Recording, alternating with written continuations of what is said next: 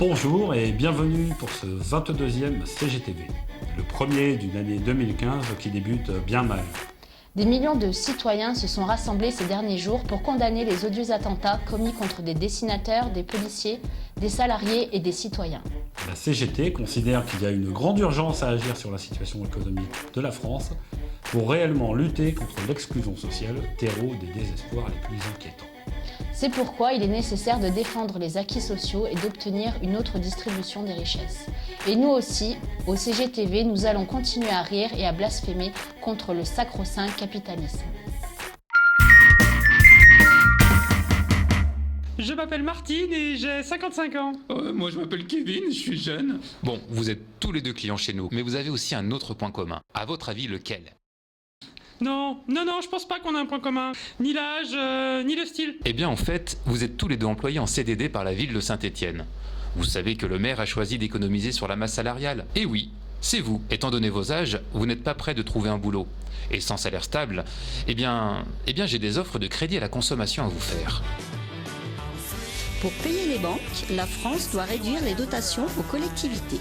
La ville de Saint-Étienne voit donc son budget amputé de 5,7 millions d'euros en 2015 et de 17 millions d'euros d'ici 2017. Grâce aux banques, nous sommes dans le caca.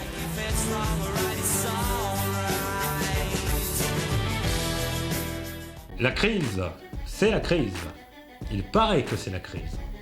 Ne vous inquiétez pas, on a trouvé le coupable. Tout de suite, faites entrer l'accusé.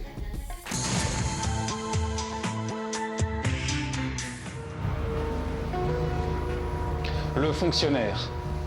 Il serait responsable de la dette française. Il ruinerait le pays. À cause de lui, les impôts français seraient parmi les plus élevés du monde.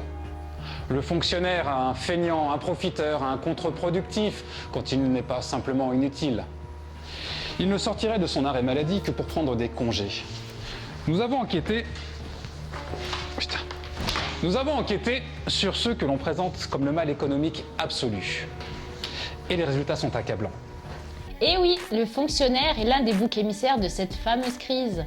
Le 5 janvier dernier, pour bien commencer l'année, l'administration a réuni les organisations syndicales pour présenter les arbitrages budgétaires concernant le personnel municipal. Pour la seule année 2015, 2,3 millions d'euros en moins sur l'emploi titulaire. Et également 1 million d'euros en moins sur l'emploi non titulaire.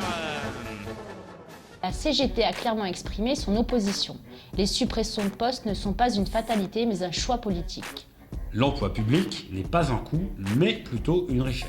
Par ailleurs, nous savons que les suppressions de postes finissent par coûter cher. Dégradation des conditions de travail, Risque d'augmentation des accidents et des arrêts maladie. risques psychosociaux et mal-être au travail. Non seulement la ville ne réalisera pas d'économies, mais en plus le service rendu à la population sera dégradé et amoindri. Pour rester attractive, notre ville a besoin d'un service public de qualité en matière d'éducation, de petite enfance, de sport, de culture, etc. Comme vous avez pu le constater, les baisses de dotation de l'État auront un impact très important et négatif sur les finances de la mairie de Saint-Étienne. Face à cela, les élus ont fait un choix politique. Ils ont décidé de faire peser la majorité des restrictions budgétaires sur vos épaules et celles de vos collègues, sur la masse salariale. Bon bah c'est bon, hein. On a supprimé des postes, on a fait quelques économies, non ça devrait tenir. Hein. Juste les vœux du maire, on peut faire un effort dessus peut-être aussi. Non, je te mets à l'aise tout de suite, il n'y aura pas d'effort sur les vœux du maire. L'effort, je l'ai déjà fait, je voulais faire venir des pom-pom girls, on me l'a déconseillé, je les ai enlevés les pom-pom girls. 100 000 € pour les vœux du maire, ça va, c'est pas non plus... au pire, si tu trouves que ça fait trop, bah tu me vires 3 CDD et puis voilà, ça fait l'affaire.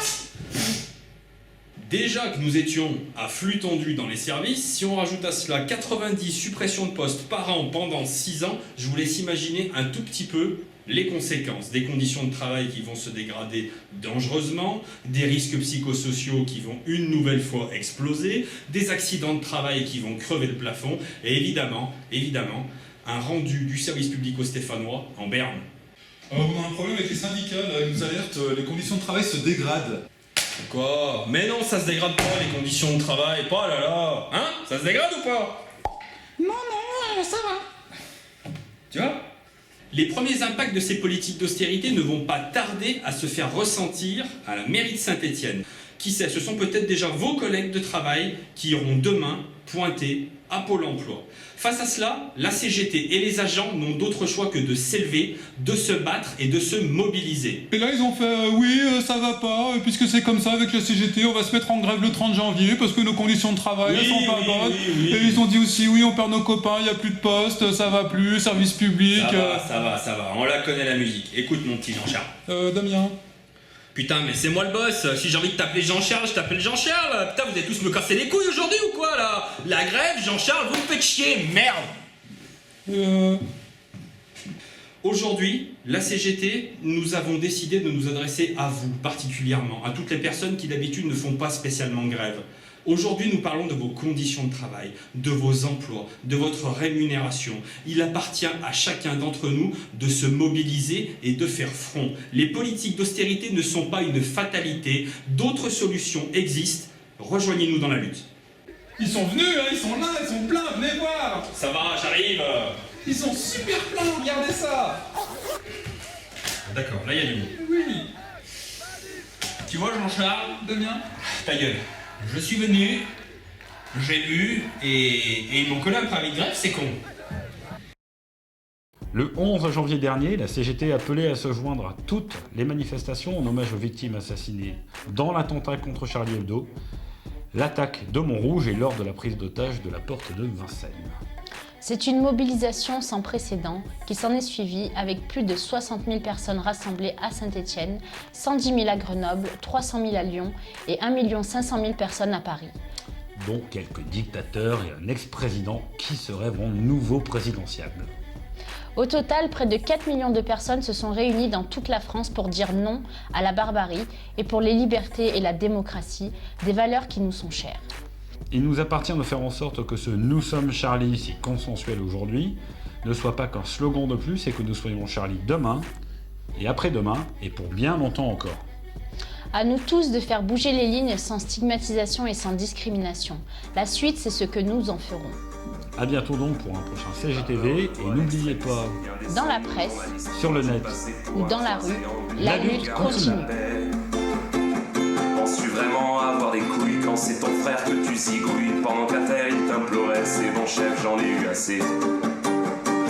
Si tu te demandes où est Charlie, à jamais dans nos esprits. Un coup de calage pour un coup de crayon, tu salis ta religion. Partir en Syrie, faire le djihad et revenir faire des fusillades. Au final, on a voulu provoquer l'avenir et du coup, on a provoqué la CGT. C'est la boulette.